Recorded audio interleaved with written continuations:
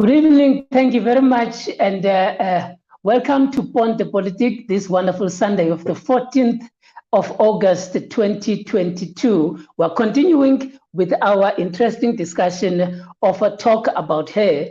Igama lami nguThando Lwethu Kadlanga, umntungwa uyengoya umalinge, undima unkumbuzo, uyanibulela ngokubakho kwethu nangokubakho kwenu kule platform yanamhlanje.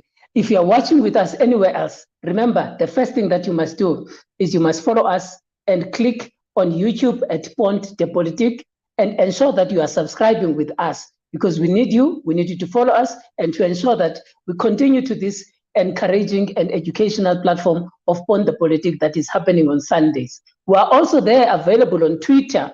There, if you are available on Twitter, make sure that you are watching with us or you are retweeting whatever that we are putting across on Twitter to ensure that we are all able to see and hear, get and learn from what the discussions that we're having. Also on Facebook, we're available. Follow us on Facebook, Instagram, we're also available there, and on TikTok.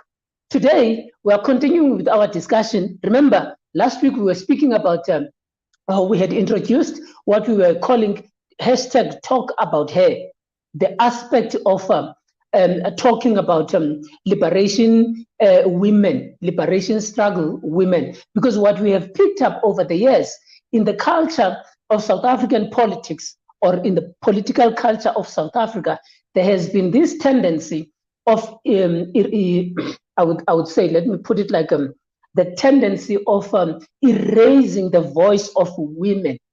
It has happened over the colonial and imperialist period. It has happened in the apartheid period, but now it continues to happen also in the neo-apartheid period post the 1994 elections, a period which we are referring to as the democratic process. So for the month of August, Ponte Politique has taken it upon itself to ensure that it is speaking about hair, and is speaking about hair all the time. So if you are interested in this conversation, if you've got any view, question, or input that you would like to make with our guest today, make sure that you send your input, your question, your comment, or anything else that you want to put across on any platform that we are on. We will be able to flight it. If you remember last week, one of the names that we had introduced, majority of people in South Africa might have not known about her, Elizabeth Maxeke. Elizabeth Maxeke was a member of the ANC in the 1950s.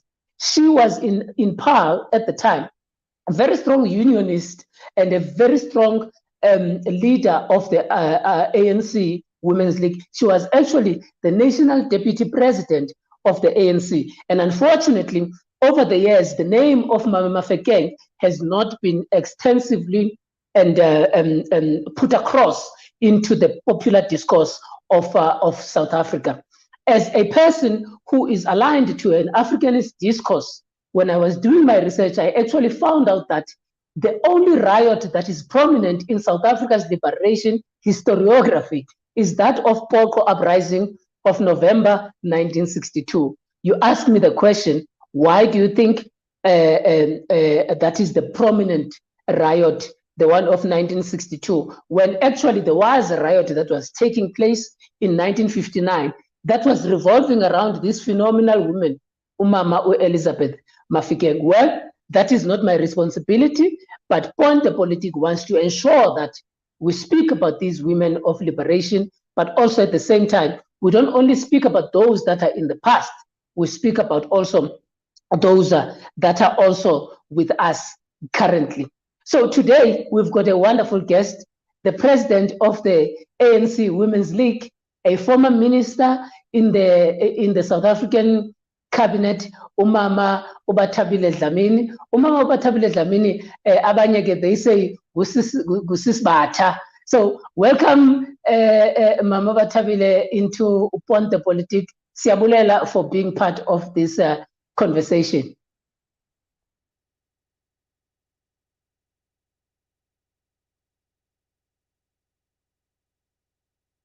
I think your mic is muted for one reason or the other. Age. Yeah. Now Now it's fine. Thank you. Iminyaki ambi, lungi. Yes. Thank you very much for inviting me to your program, and let me greet your viewers and your listeners, and also thank you for having this program during Women's Month. Enkosi kakhulu mama, nathi sibulela kakhulu ngovuma kwakho uba kunye nathi. As I have already said to the viewers at home, sikunye no mama Bathabile Dlamini. She is with us on this particular conversation. So, Mama Bathabile, majority of people they know Mama Bathabile, especially the young ones. They know Mama Bathabile from the media. They know Mama Bathabile from the so-called 9 wasted years. They know Mama Bathabile from how the media projects Mama Bathabile. But from the perspective of Mama Bathabile, who is Bathabile Dlamini? How did she get involved into the politics of this country, the politics of the ANC?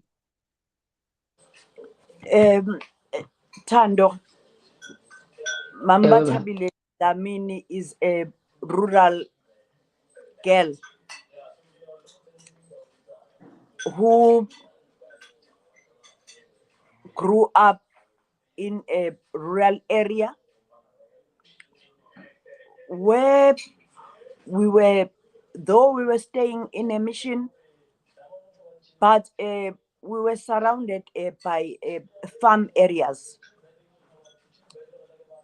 And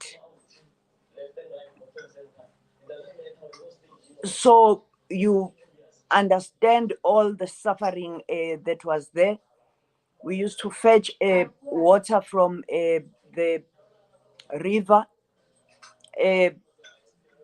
We used to hoe wood for as energy. And the primary school was closer, but you would walk a long distance to a higher primary school, secondary school, high school, and even to the shops. It was a long distance from home to shops.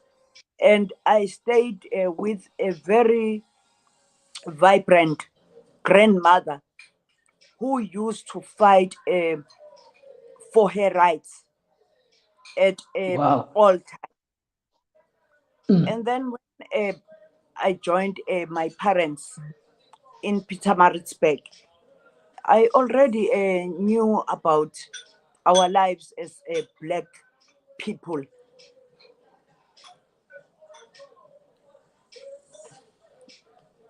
That's yes, my short background. Yeah. So already you are coming from a rural area, and you understood what it means to stand for yourself, because you get that from your mother. So what I'm picking up from this is that your grandmother, yes. So yes, you looked up to the one that is before you, and this now ties nicely to my next question that I want to bring in. There is a name that is making the rounds in South Africa's popular historiography, in South Africa's women liberation names, the name of Charlotte Maxeke. And I've written a critique against the Charlotte Maxeke narrative as a scholar, that I've made my critique about her. How does Charlotte Maxeke link up to the ANC Women's League, considering that, from my understanding, the website of the ANC Women's League was established in 1948, and Omama Maxeke transitioned to another level of life in 1939.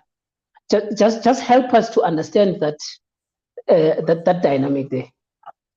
The Bantu Women's League was formed in 1918. But even before that, Mam Charlotte Maxeke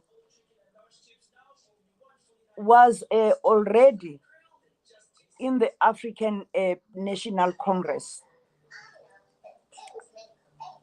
In 1912, she was part of the conference. You will remember that the conference had to be stopped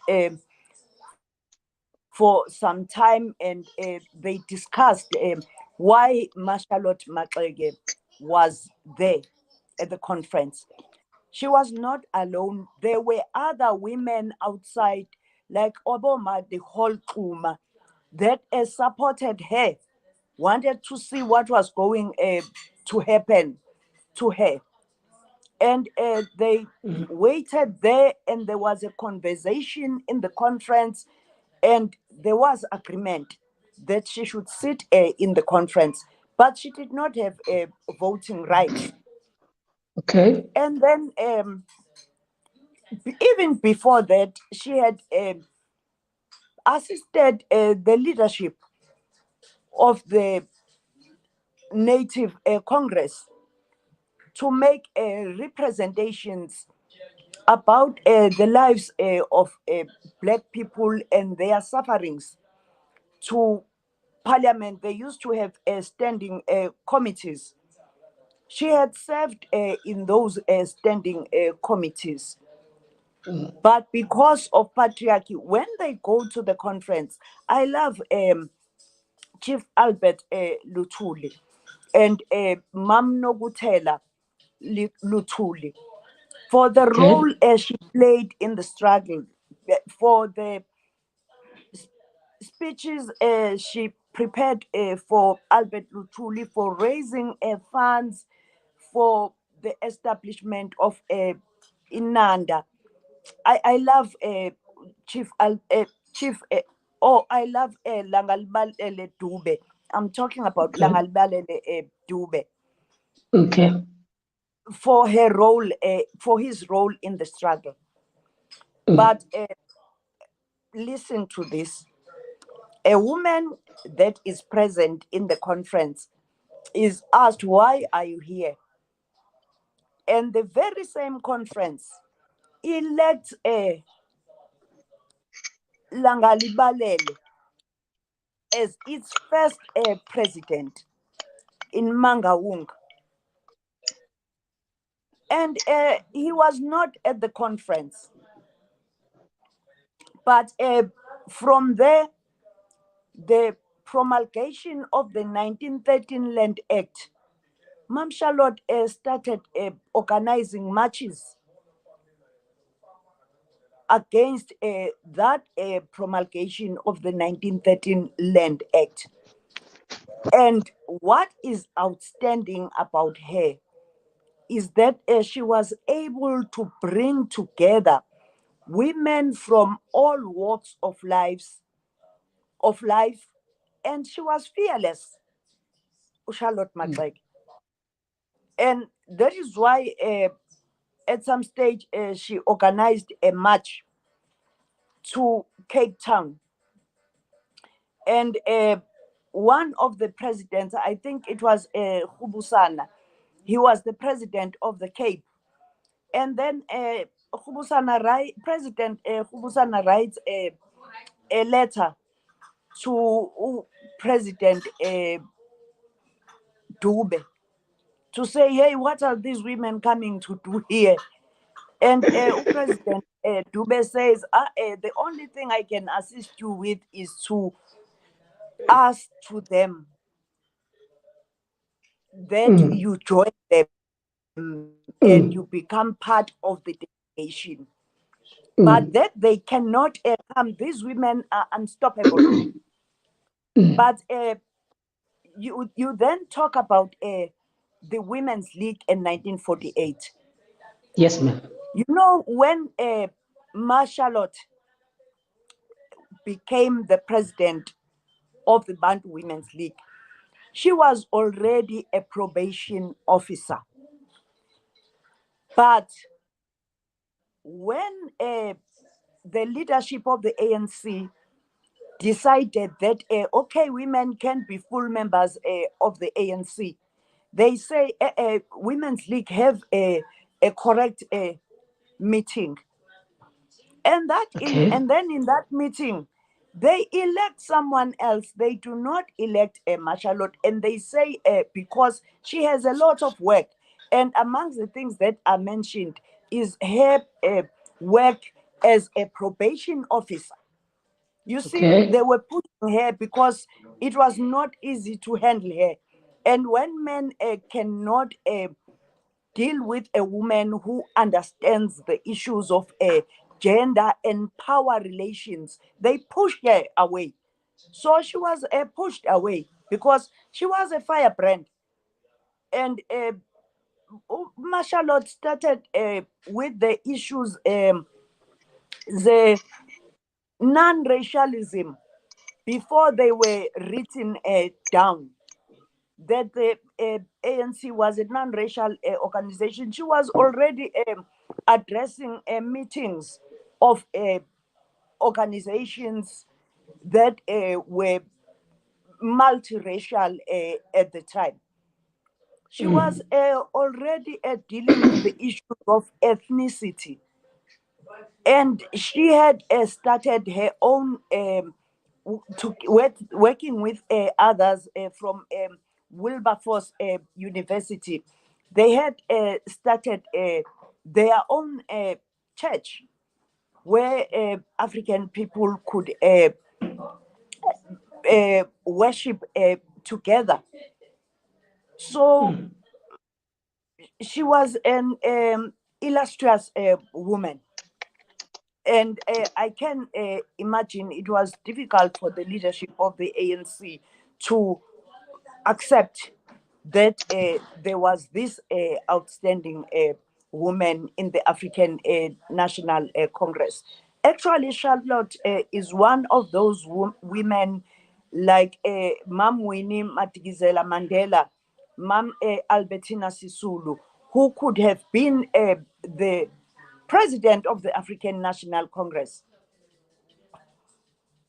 And this parting shot that you are putting across, we are going to interrogate it as we go further. So you're basically saying the political culture of suppressing women in the South African political discourse or political conversation is not something new, and and I'm glad that you are raising it without any fear and of favor. Those that are watching with us, we are in a conversation with Umama Bathabile Dlamini, the president of the ANC Women's League. If you are watching with us, we are available there on YouTube at Pont de Politique.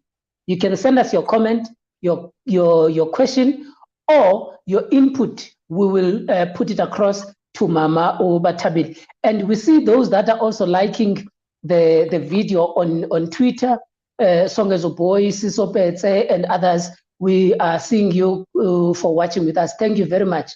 And also, if you are watching on Facebook, we are there on Pont de Politique with Umama Bathabile Dlamini. Our hashtag is hashtag talk about her. And as we are discussing here with Mama Bathabile, she is saying, and her parting shot was was about when men are unable to control women, they tend to suffocate you. And it is for this reason that we are opening up these platforms for women to ensure that they are being part and parcel of the South African political culture. And we move, therefore, with this question, Mama Bathabile, most people are saying, Nina, in the ANC Women's League, you are cheerleaders of men. Every time when there's going to be a president that should be elected, you would rally rather behind that man, and you are not rallying behind the female candidate. How would you respond to this? What would you say to those critics? Because some people point out the issue of Umsholozi, President Jacob Zuma. Some people raise those questions, especially around that period. How would you respond to that particular issue, Mama Bathabile?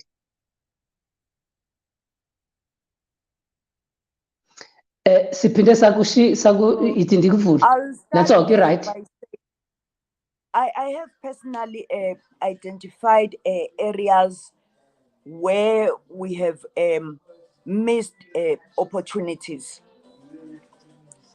In Mangaung, we missed an opportunity. Remember where Comrade Halima decided to stand as a president, and there was a space, and we allowed male comrades to bring another male comrade. There we missed an opportunity.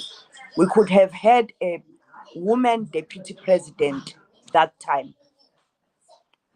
Secondly, you know that in Nazareth, we fought for a woman president. But because we are in a patriarchal society that treats women very unfairly, and sometimes they make you an object.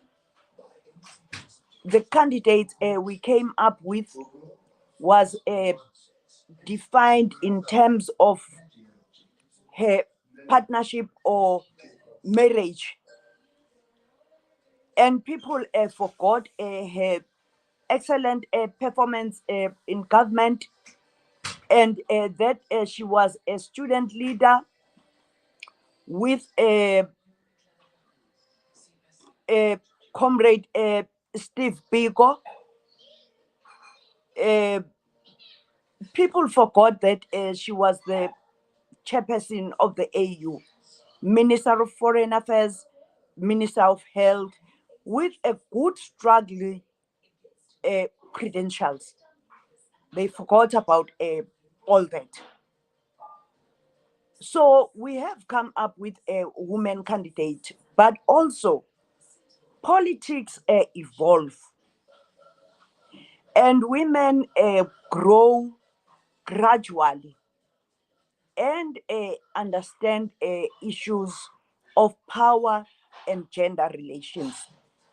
We might not have won the position of the president in the last conference, but I have confidence in younger women because they are more liberated than us, and they understand that they are in the struggle, but they also have confidence in themselves. So if our generation does not produce the president of the ANC and the country, the coming generations are going to do that. But this is an indictment on the ANC, which is 113 years this year, and has never had a woman president, when it is a non-racial, non-sexist, democratic organization. So the ANC must also do soul searching. There is somewhere where we lack, but also women must search themselves.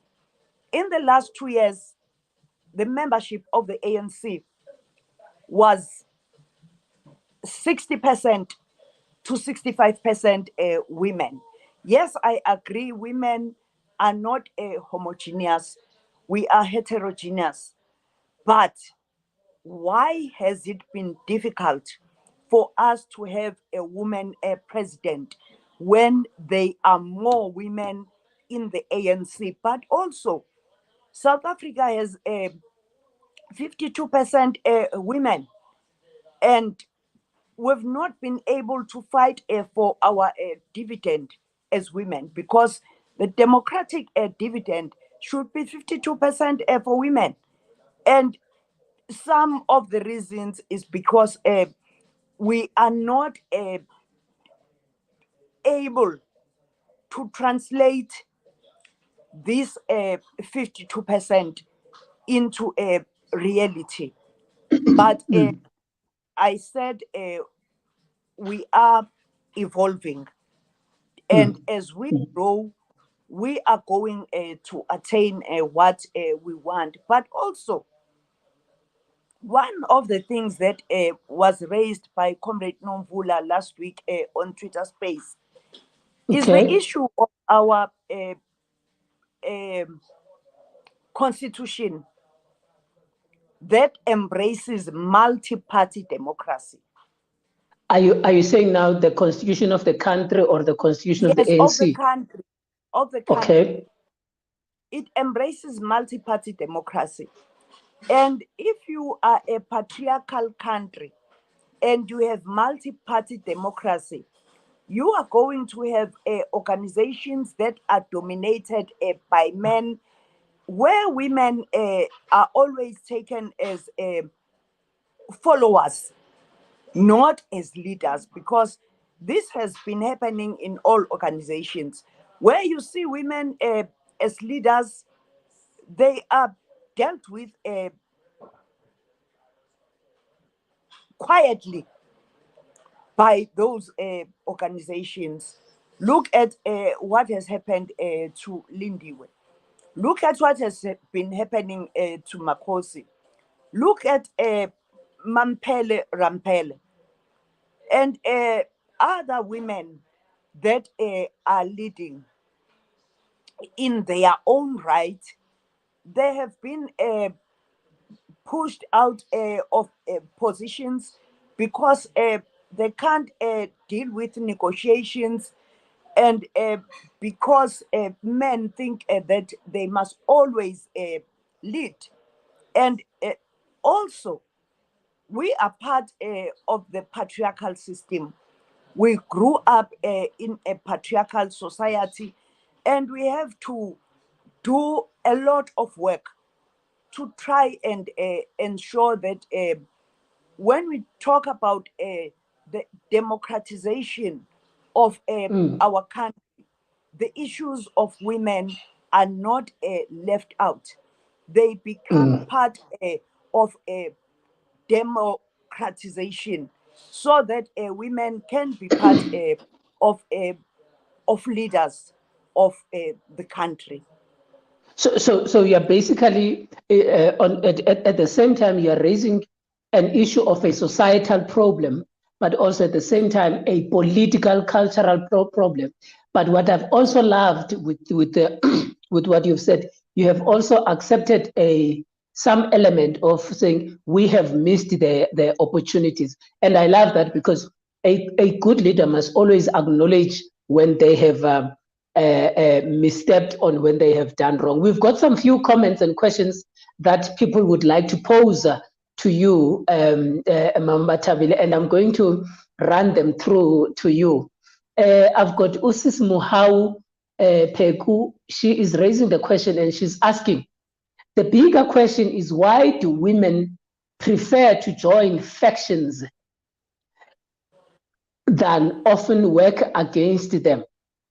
Are women also not gatekeepers of patriarchy? So this is a two-folded type of a question.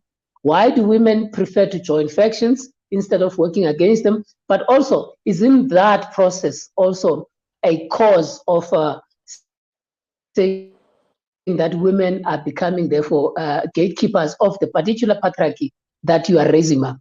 You can make a comment on that question. Okay, let me thank Mohau, Sis Mohau, Ambassador Mohau.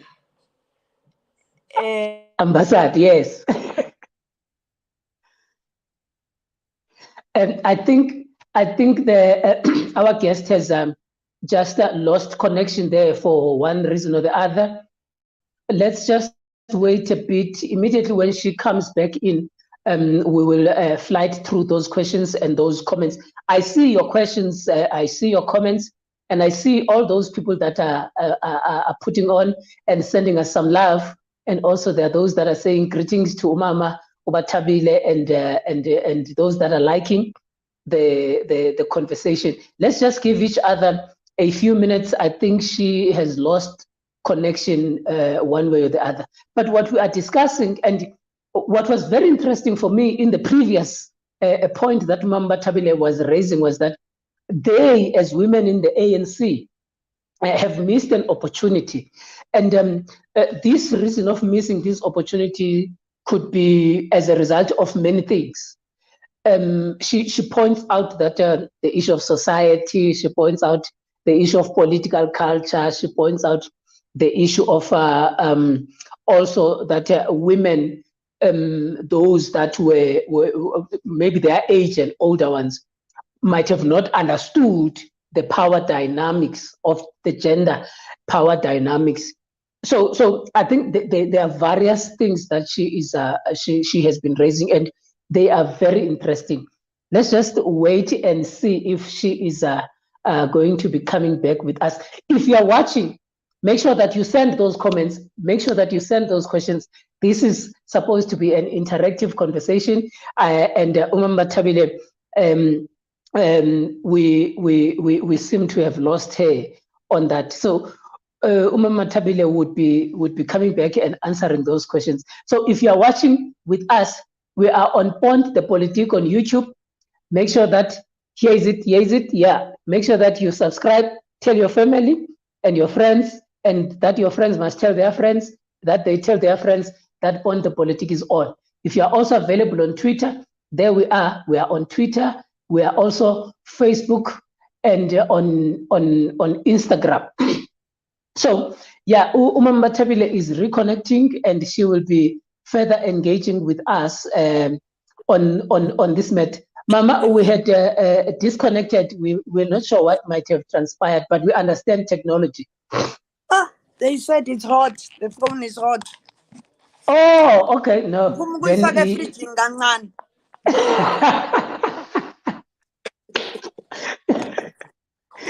Is it right, Manj? I hope so. All right. I cause a charging. Maybe that might be the reason. All right. No. Siyabonga ke ma'am. Kukho la question ka Ambassador Peku that she was posing. Yes, I agree with her to some extent. Let me just be open and not hide these things. The present leadership of the Women's League has been disbanded, and we were not demanding to stay in power. We're supposed to prepare for the national conference, and we have not had a conference because of COVID-19. Okay. And because there is fear that we're not going to support some of the leaders, we were disbanded. And unfortunately, some were had by a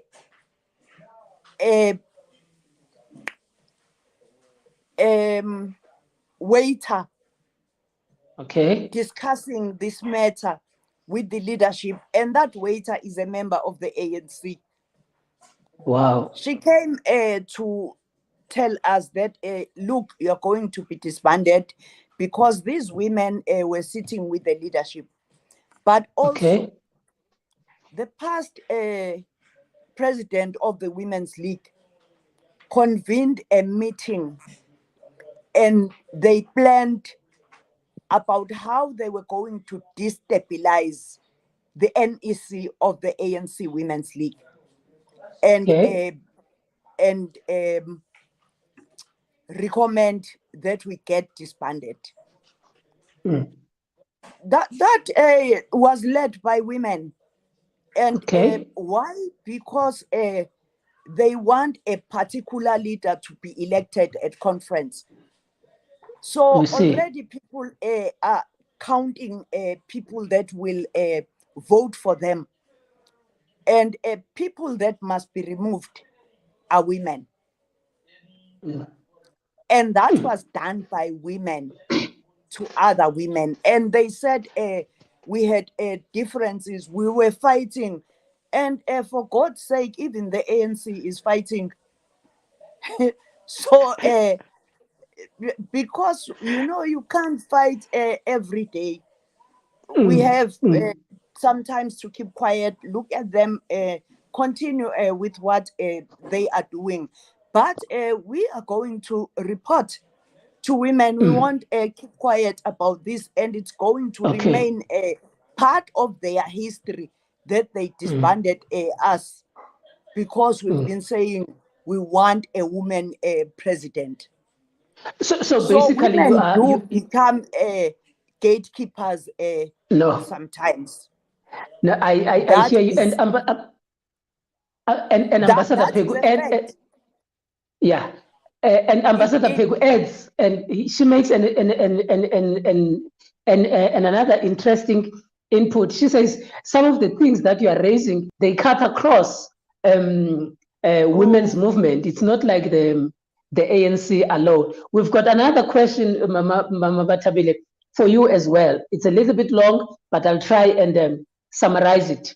Do you think that the fact that women were barred from taking membership in the Native Congress in 1912, remember the story of Maxeke, and draw back for women, it took years for women to be allowed in the membership?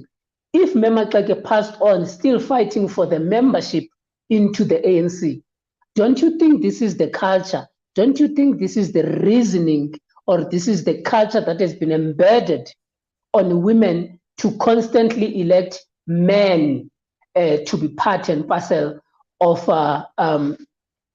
leadership, even though women are a majority? But Maxeke gave us direction. It's just that I think we take time to learn. Maxeke formed a women's council after leaving, and she did not leave. Actually, she was not elected. So she formed a women's council of all women. And women have performed very well if they are together. Maxeke formed an organization of church women, women from political organizations, traditional leaders, rural women, professionals, women from all walks of life, women from the townships. So they were many, and they did very well as those women. And it was even before the formal defiance campaign that women of South Africa started working together. But there is this thing that is always created, and that has to draw us back to our political organizations. When we were also during the period 1956, it was women from all walks of life. They started in 1954 with the Women's Charter, and formed the Federation of South African Women. And then they prepared for a march in 1956, the biggest march that ever happened in South Africa. Actually, we are told the leadership was very jittery. They did not believe in women. And one of the people that believed in us was Utatu Suli, who said, no, allow women to continue with their work. Others were saying, no, you are going to embarrass us. But that was the product of women from various formations. And also, during the negotiations, we must remember that women were not part of the negotiations. But we came together, and the coalition was formed. And that is how women were represented there. But because the leadership that was there understood the issues of women. When other parties said they did not have women and wanted to bring men, the women said, no, if you don't have women representatives, don't bring men into the seat of a woman. If you don't have a woman, leave your seat empty. And then we did very well, dealt even with the issues of violence that was rampant, and that force that was there. We dealt with those issues together. And then when we went to parliament, we then went back to our cocoons. And we feel better when we are in our political organizations, because maybe of ideological beliefs, but we've not won as women in these in our different formations. So we need to discuss as South African women, how do we take the process forward? Because if you also come out as an individual, you get destroyed. So how do we level the playing field for women to occupy senior positions? And it's very important for women to occupy senior positions, because where women are leaders, there is always a difference. And we've seen over the years that men have been in charge and they have been messing up. It's really high time that omama mabakhokele. And uyabuza ke uambassador, because you are talking about the playing field. I've got a problem with only about taking leadership positions. I will engage on that a little bit later. But uyabuza Ambassador Pego again, is it not time that Bathabile, that there is a revival of the coalition of women who can fight collectively to create that space that elevates women?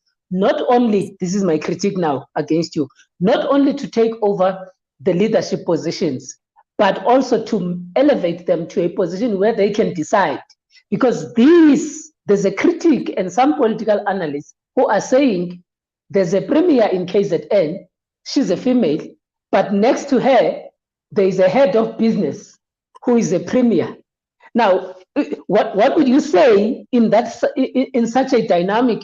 Because now ingati umama upremier uzocontrola pha abe nguhamti damti okhwelela udongeni, emva koko uzawuthi zamboko awe phansi abe lo mntu who has been making the decisions, who is a man, by the way, is not there. Some critics are saying that. So how do you navigate this to create a coalition that protects women, not only to be placed at the top, but to elevate them to become women of decision making and stature? When we talk about taking leadership positions, we're also talking about decision making. Hey, the issue, Comrade Nomusa, I think we need it's an issue that we need to discuss, no, Comrade Nomusa. It does not start with her being appointed as the premier, but it starts with us, because it is women here in KZN that came up with the name of Comrade Nomusa, and they were supposed to lobby for her very strongly, because we know how vicious patriarchy is. And thirdly,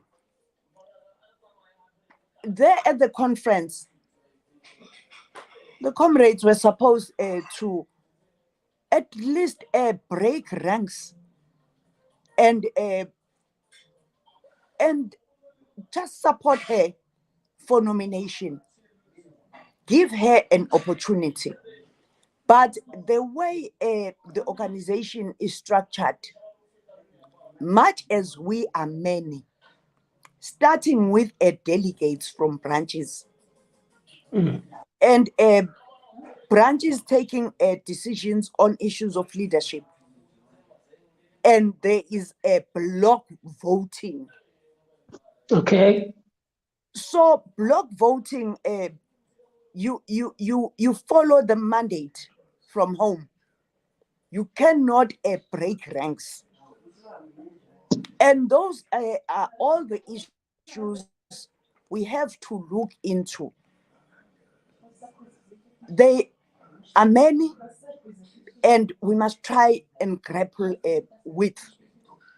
Because if we can come together, I'm definitely sure we can come up with solutions. The problem is when we come up with suggestions and not ensure that they come to fruition. For instance, when people were now negotiating very strongly towards the conference, you also have to be there. What I learned in Nasrec was, when you are close to the conference, the atmosphere changes. There are quick and very fast and violent negotiations that you lose as women. And that is where you have to take part. And that is where you have to say, if you want us to vote for so and so, you must also vote for so and so. But one other area we must look into, for instance, the Women's League goes to the conference as a province, but a province with lesser delegates than those of provinces, because we become a part of the 10% that goes to conference. So if we are 10%, we are just a few. The bloc that is going to vote for the ANC, that has a mandate from ANC structures, is much higher than our numbers as the delegation of the ANC Women's League. So, which also makes it important for us to start discussing our issues from the lowest level and ensure that we instill the correct culture of having trust amongst ourselves as women, so that we also raise names of women when it's time to nominate. The nomination process has been opened in the ANC. So women must start nominating other women. So as to ensure that we have women that are going to represent us there and raise issues of women, because you are not just suggested to be a high flyer or to focus on self-aggrandizement. You are nominated and elected to change the quality of lives of the people, to deal with the program of action. The implementation of the program of action is very important. To say no when you don't support something, to be able to express yourself in meetings. The one other problem with us is that we want people to speak a big English and define what, for instance, discrimination is to us, when our lives are about discrimination. We are being discriminated against on a daily basis, but we want people who speak a good English to define that for us. Just hold that discrimination. I'm holding. There's a question of discrimination. Let that discrimination. There's a question that I want us to raise on the issue of discrimination. Viewers at home, we are with Bathabile Dlamini, I know her as the president of the ANC Women's League. We have been informed that the ANC Women's League has been disbanded. So, former minister in the presidency, former minister of social development in South Africa. She has been making a very great conversation with us. I'm going to take these two questions that are coming from the floor, and I would like you to address both of them, Mama, when you can, and then I would engage you on the issue of ANC Women's League. I hope there's somebody who is asking the question that relates to Women's League here. Ubandile, usisibandile ngidi uthi, understanding that the oppression of women in South Africa is threefold. That is, it is intersectional of race, class, and gender. So, Umama, how would they envisage the women coalition work to address this dynamic, considering that it consists mainly of historical events that got us where we are today? So most of those historic events, you spoke about them. So if there would be that coalition, how would we then work around those that intersectional approach of race, class, and gender? Note that one. And then what does Mayor Dlamini think can be done by women in power in the ruling party, which is the ANC, to fast track the return of the land to its rightful owners? They are in parliament and are a majority. Toiling women have put their hopes on them. So there's two questions here. The first one, how does the coalition work around the intersectional aspect? The second part is, how can the women in the ruling party fast track the issue of the land? I will flight them so that you can constantly refer to them to make a proper and informed answer. Let me start with the issue of the land.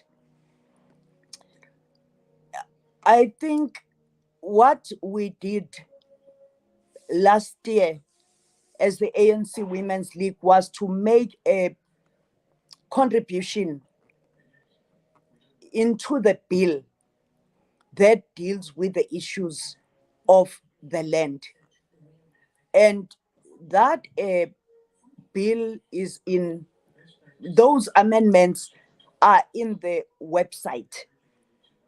Okay. And we thought that was important because women work the land, women need places to live, and we all know that the hereditary structure of the land in our homes has always been male.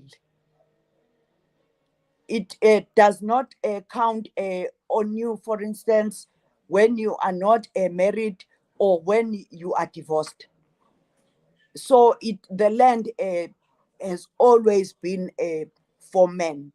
So if you are a woman, you don't own land. So those are things that pushed us to deal with the issues of the land. So we believe we need more land so that as women, we can build also on the land. We need the land as property. We also need the land. We can be in the business of food security. We can also use the land as a collateral. So there are many reasons why women need access to land. And again, here, if you talk about economic development, you cannot talk about economic development without access to land. So for that is very important to us. And we continue to fight in the national executive, and we are going to continue fighting as we are going to conference, and we understand decisions that were taken at conference, but it must be clear here who the owner of the land is. And that for me is a very key question. And also the dynamics of the capital or white monopoly capital wanting to dominate our land must be dealt with. Because I think right now what is on the table is that dynamic. It must be dealt with. We must not treat this issue with a kid's glove, because it is in itself a mobilizer for the people. For the people on its own, yes. Yes. And we must not behave as if our land was bought. It was not bought. It was stolen. Yeah, it was. So it was. Those are the issues that we must discuss. The issue that came just sprang up, that I had to go to those that understand law and English. The issues that we had to fight about in Parliament, issues of nil compensation. Those are things that make us look very clumsy and dishonest in the eyes of the people. It's like you're running around with what you would call, you are running around from answering apho kufele khona ithole. Absolutely. They make us look dishonest, and they are really embarrassing. So we need to all have an understanding. Ukuthi, land is the wealth of the indigenous people, and it must be treated that way. Even women in Parliament, in the majority party, they must engage it on that basis. Is that what you are saying? Yes. And I know in the National Executive Committee, there are those that we don't agree with, but that have said no, but with the issue of the land, we must deal with it differently. This land belongs to Africans. And we must try and ensure that we give the people what belongs to them. And small issues of saying what are people going to do with the land. People are going to learn during the process. But also, Tina, as women, we know how to use the land. Because we are the ones that focus on the issues of food security. As omama women, as omama besizwe, yes. Enkosi for this, Mama, we are running a little bit out of time. We had scheduled up until 7, but I just want to make sure that I don't delay you further. You don't mind us having the conversation further? You don't mind? Yes, let's have it. I think most women, let me speak for the Alliance and other progressive organizations that were in the coalition. They understood that women, more particularly Black women, faced triple oppression. Were oppressed as women.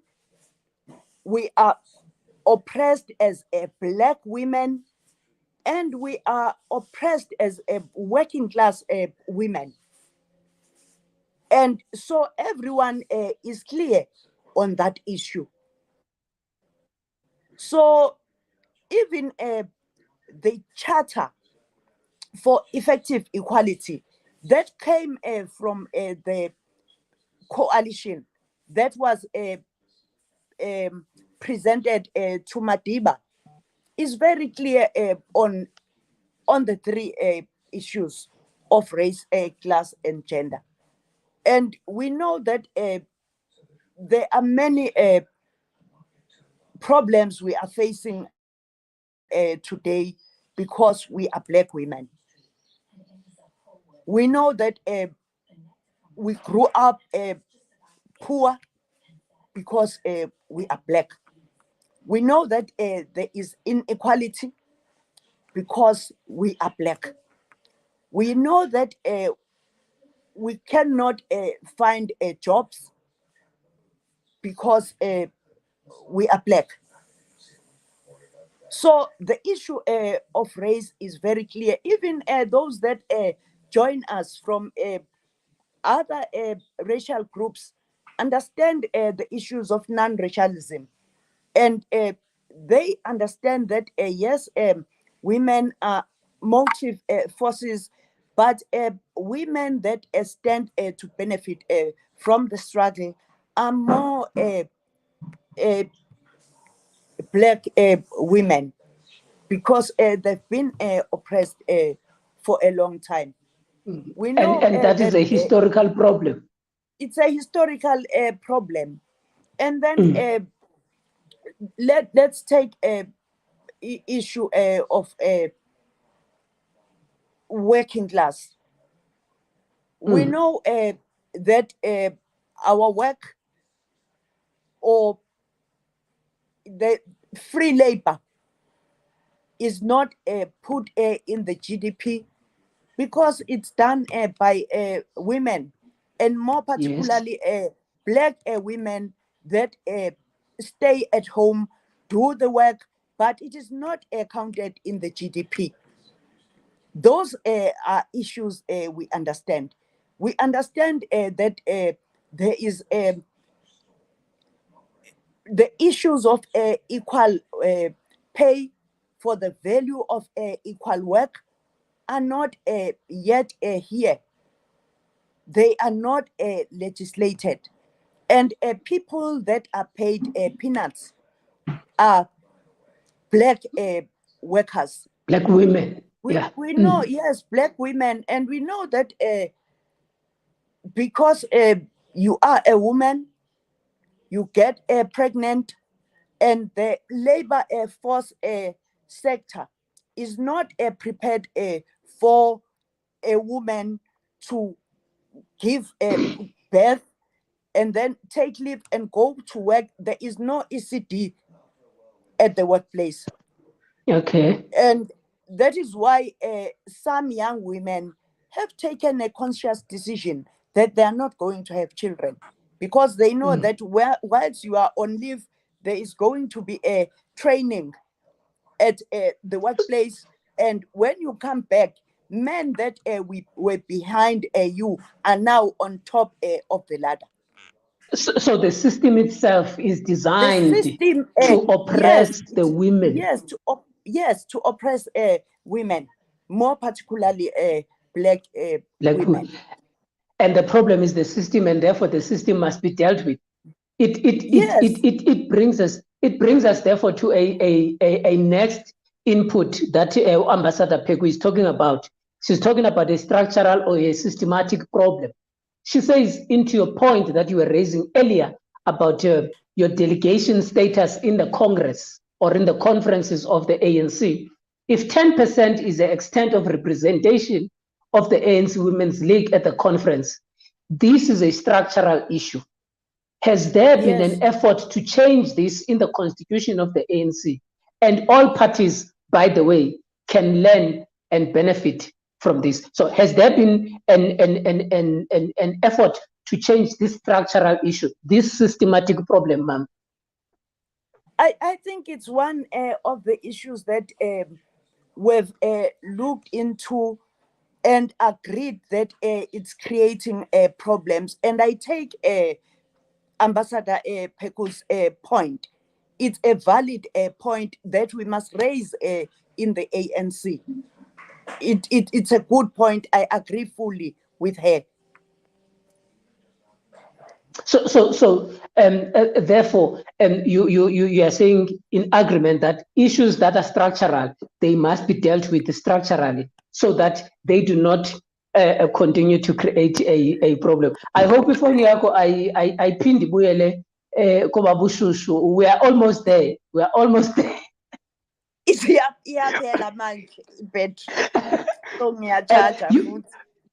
You were in the you were in the ministry. You were in the okay, because this question is harboring on my head. It's important. And today on the news,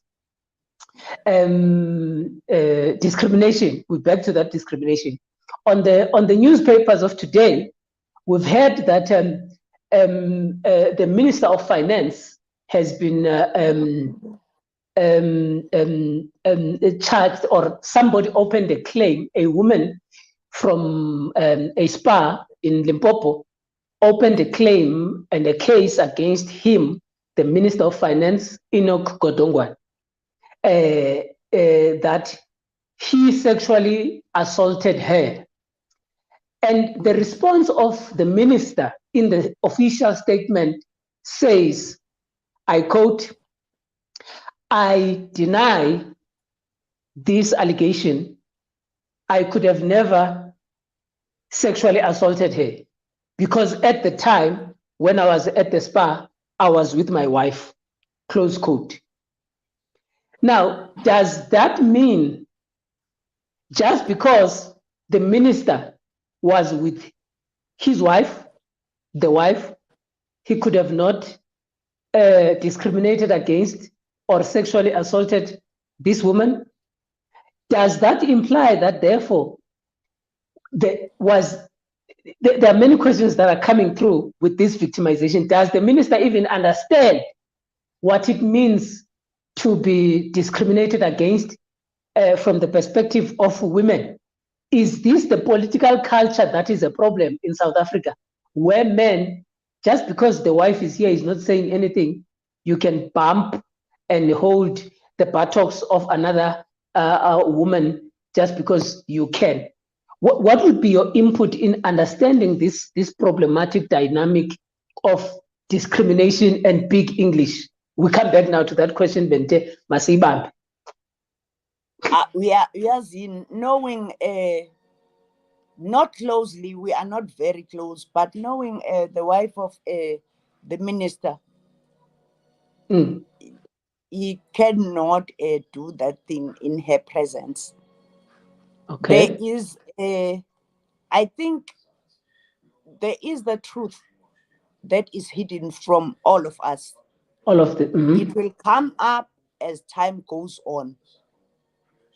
I don't want to cast aspersions, but the position of the Women's League, which is very weak actually, is that we support the victim. As soon as you hear about the issue of violence, we support the victim. And the ANC has policy on sexual harassment. So I hope we'll see that policy working. Being implemented. Yes, and we are led, we have the leadership of the Women's League that has been elected. What we used to do, Tina, we would call the comrade consent, talk to him, and call the victim. Because I must also be open and honest. Women do not trust us most of the time. So they would not open up on such issues. But also because the leadership of the ANC is men. They would not handle such issues the way you would want to see them handling the issues. So let's give the leadership of the Women's League the opportunity to act on this matter, and let them give them a space to talk to the minister and the victim. But the long-standing position of the Women's League is that we support the victim. Beautiful. Thank you. Thank you very much for that. My last question is, when you were a minister of social development, there was a statement that made the round of the Smolanyana skeletons in the ANC. Now, from your understanding, with the interest of hindsight, as the minister of either social developments or the Ministry of Women in the presidency, with the understanding of Smolanyana skeletons, what do you think you could have done better with the help of hindsight now that you are in the position that you are in? I think understanding the system is very important.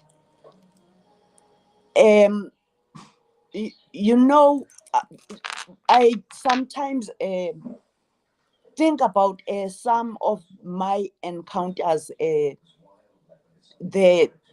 remember there was a cabinet meeting where we made a presentation of pension payouts, and we were going to start a small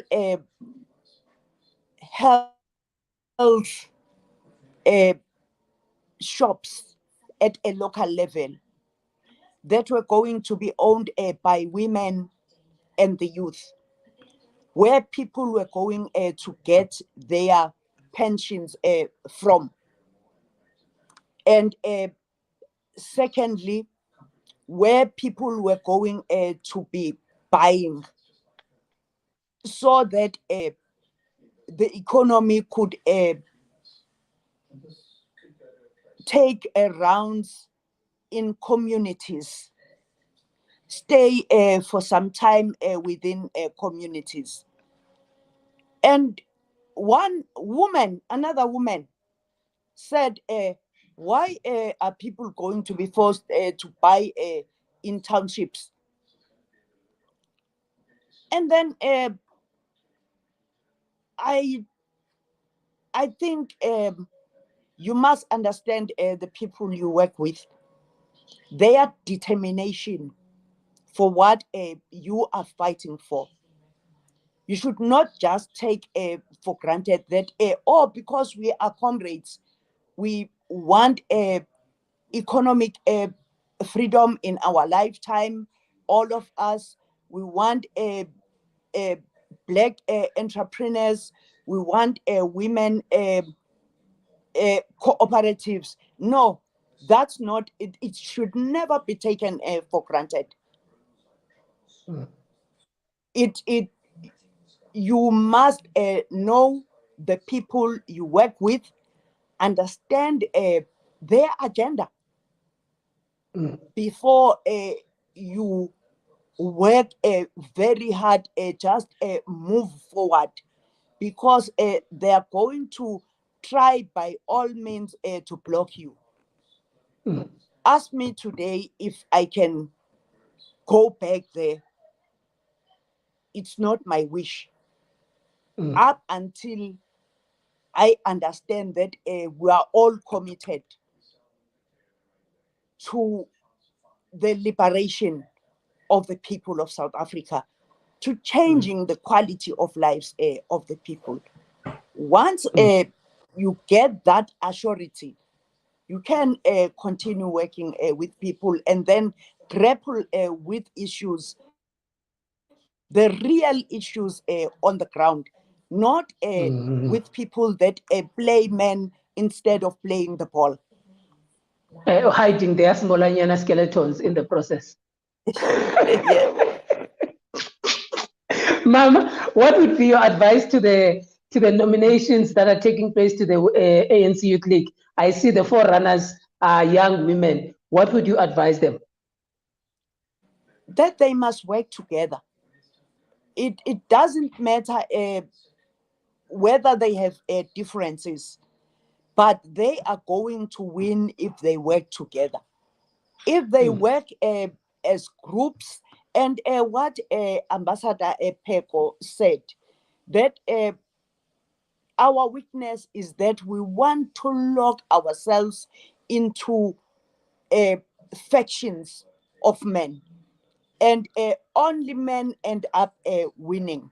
And we must congratulate Gauteng women for being able to transcend above faction. Yeah, to elect 3 women as officials. They worked hard for this, and they kept reminding themselves that, oh, okay, now we've been drawn into these factions because men went and recruited women into their groups, because when they look at us, they look at votes, they look at objects, they don't look at the power we have. They look at pawns. They look at pawns. Yes. Yeah. Mama Bathabile, thank you very much for having a conversation with us. And I loved every moment of it. And I would love to have you in any other day. I know that we can't speak everything, but I was very, very, very honored to be with you. Thank you very much, Mama. Siyabulela kakhulu kakhulu. Give us your last words and your punching word. I'm not going to ask anything. You can give us just your parting shot. My parting shot is that we must begin to have confidence in other women, and we must support other women, and older women must have patience. Try embrace younger women, because if we do not embrace younger women, we will not have firebrands that will bring about a change in the organization. But also, young women must not insult older women, because you need experience. You need someone who's going to harness your energies, and then try and ensure that you give a proper leadership, and that women have never had a problem of transferring power to younger women. So let's bring young women into the ranks of our organizations, so that they bring about a change, and they bring that vibrancy and a radicalism within our organizations. Thank you. Enkosi mama, siyabulela kakhulu usibulelele nalapho endlini for taking your time, and I'm sorry that your phone had to be the situation that it was. Thank you very much to Bathabile Dlamini for being with us and having a wonderful and I'm sure you have learned something from that conversation with Bathabile Dlamini. Remember, we had also those that were making comments, those that were making inputs, those that were putting across, and those that were liking, and those that were actually saying that what she's saying is true. So we are very much grateful for Bathabile Dlamini for being with us. And we are also thankful to everybody else who was watching with us on Facebook, on Twitter, on Instagram, on TikTok, including on YouTube. Continue to watch with us. We appreciate you. We love you. And umtungwa uyengwa malinge. Undima unkumbuzo uti, we will meet again next week for another wonderful episode. Bye-bye.